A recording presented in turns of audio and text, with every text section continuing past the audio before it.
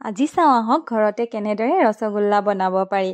হোটেলৰ পৰা কিনি খোৱাতকৈ ঘৰত নিজে বনাই খোৱা সোৱাদেই সুকীয়া নহয়নে বাৰু।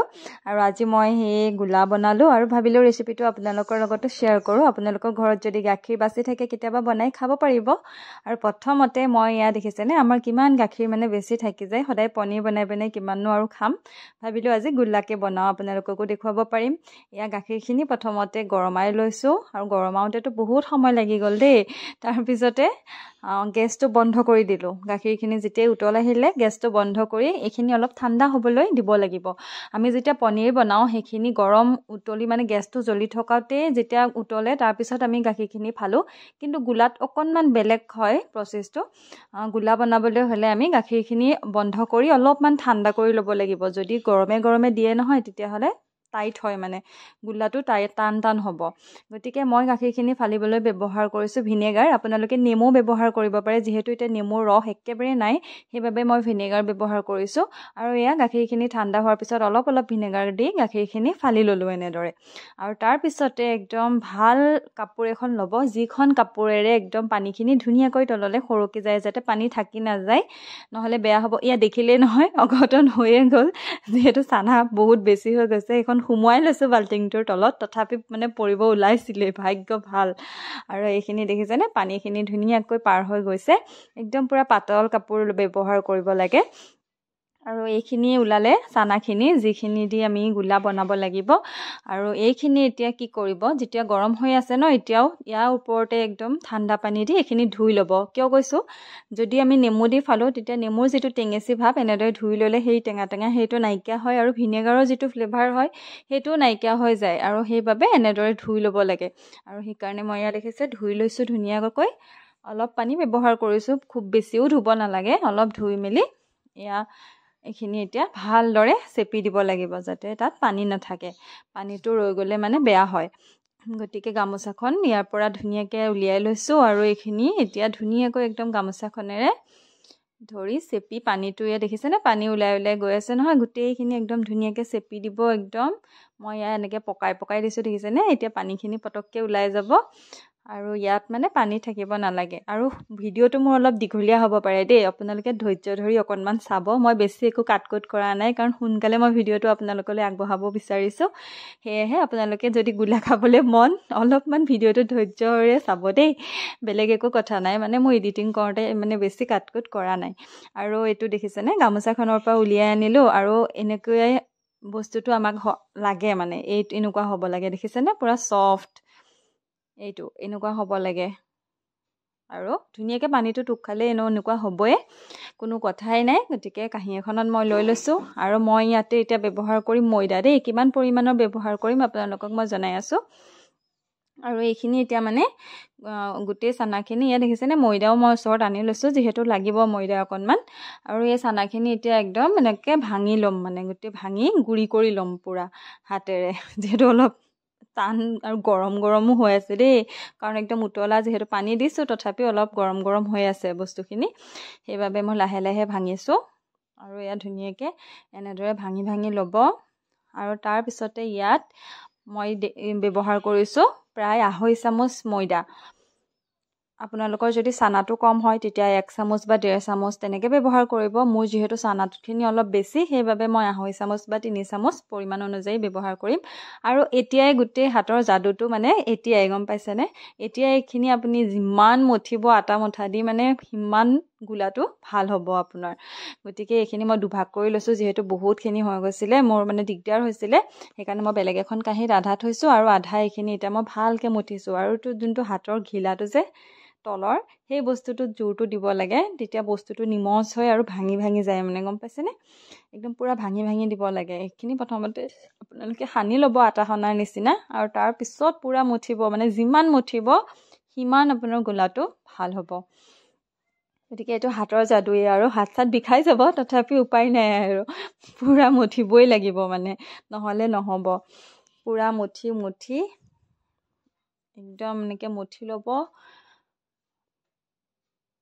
এনেকৈ দেখিছেনে, এই বস্তুটো এনেকৈ কৰিব, তেতিয়া ভাঙি ভাঙি পুৰা নিমজ হৈ যাবগৈ যিমান জোৰ আছে গাত সিমান জোৰ লগাব আৰু ফাইনেলি এনেকুৱা হৈ যাব আপোনালোকৰ আটাৰ লাডুৰ নিচিনা এনেকৈ কৰি ল'ব আৰু তাৰপিছত বলছবিলাক যোনটো গোলাৰ কাৰণে যিটো চাইজত আপোনালোকে যদি ডাঙৰ কৰিব বিচাৰে তেনেহ'লে অলপ ডাঙৰ কৰিব আৰু যদি সৰু কৰিব বিচাৰে তেনেহ'লে সেইটো নিজৰ ওপৰত কথা আপোনালোকে কিমান চাইজ কৰিব কিন্তু যেতিয়া আমি পানীত এইটো দিম মানে পিছৰ যিখিনি প্ৰচেছ কৰিম এইটো কিন্তু যিটো আমি বল বনাম এতিয়া তাতকৈ কিন্তু ডাঙৰ হয় দেই মানে ফুলি যায় যিহেতু গোলাটো আৰু মই সেইকাৰণে অলপ মিডিয়াম জোখতে ৰাখিছোঁ যিহেতু ঘৰত খাবলৈহে সেইবাবে এইটো জোখতে মই ৰাখিছোঁ আৰু দেখিছেনে খুব ধুনীয়াকৈ বলটো হৈ গৈছে আৰু একদম পূৰা হেৰি কৰি এনেকৈ ঘূৰণীয়া কৰি তলুৱাৰে ধুনীয়াকৈ গোল কৰিব তেতিয়া দেখিবলৈও ভাল লাগিব গোলাটো আৰু এনেদৰে গোটেইখিনি বনাওঁতে যিহেতু অকণ সময় লাগিব সেইকাৰণে মই এইখিনি কাটিছোঁ বাৰু অলপমান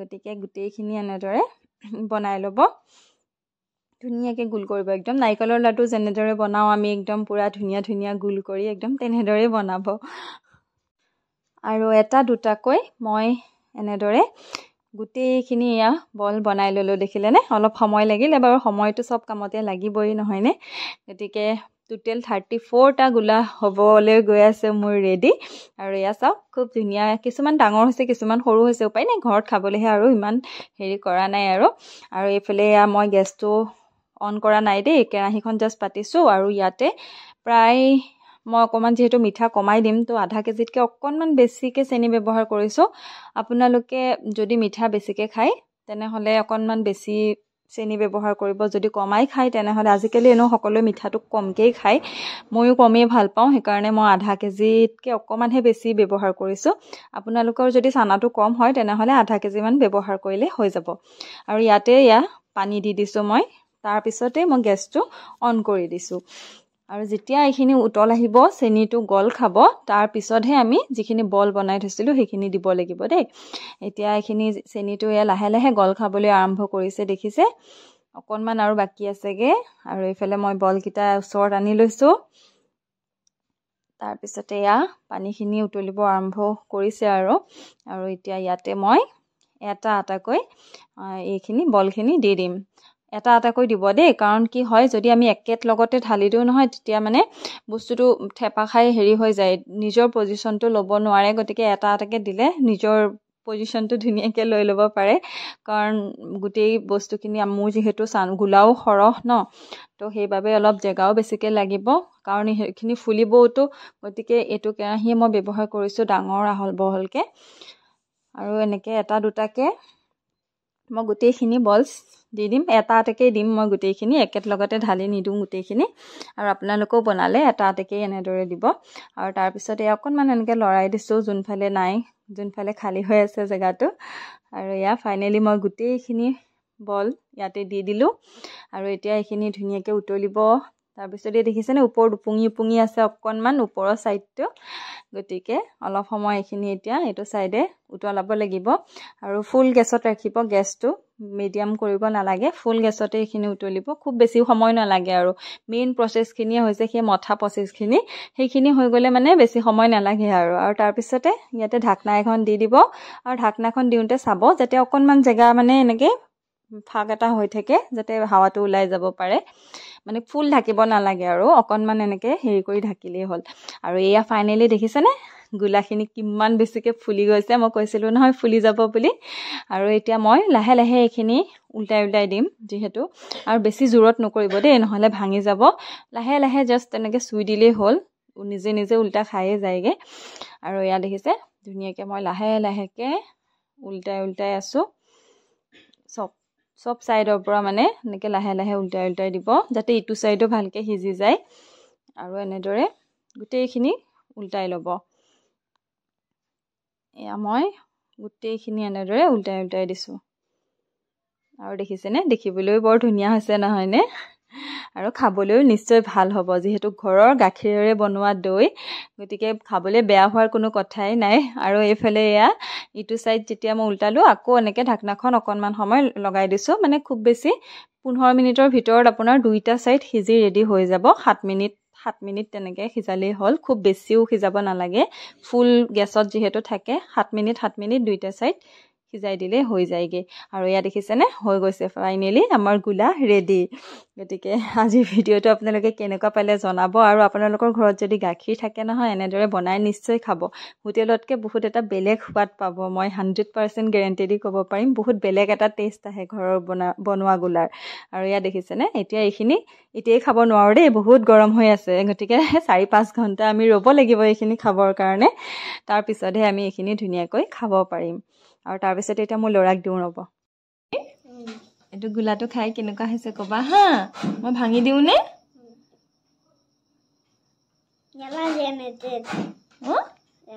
অকণমান মই ভাঙি দিওঁ মই খুৱাই দিম মীৰক নিজে খোৱা কেনেকুৱা হৈছে খাই পেলাই ক'বা দেই টেষ্টি ভাল হৈছে নে কিমান ভাল হৈছে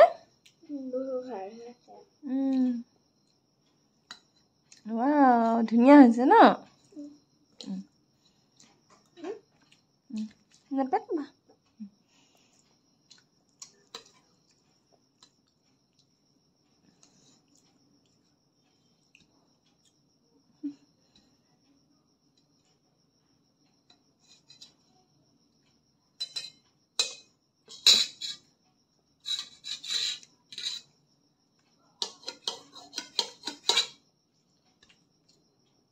সোঁহাতে খোৱা এইটো হাতেদি কাটা এইটো হাতেদি খাবা এতিয়া আমিও চাহৰ লগত খাই লওঁ দেই খাবলৈ বহুত সোৱাদ হৈছিলে ট্ৰাই কৰিব নিশ্চয়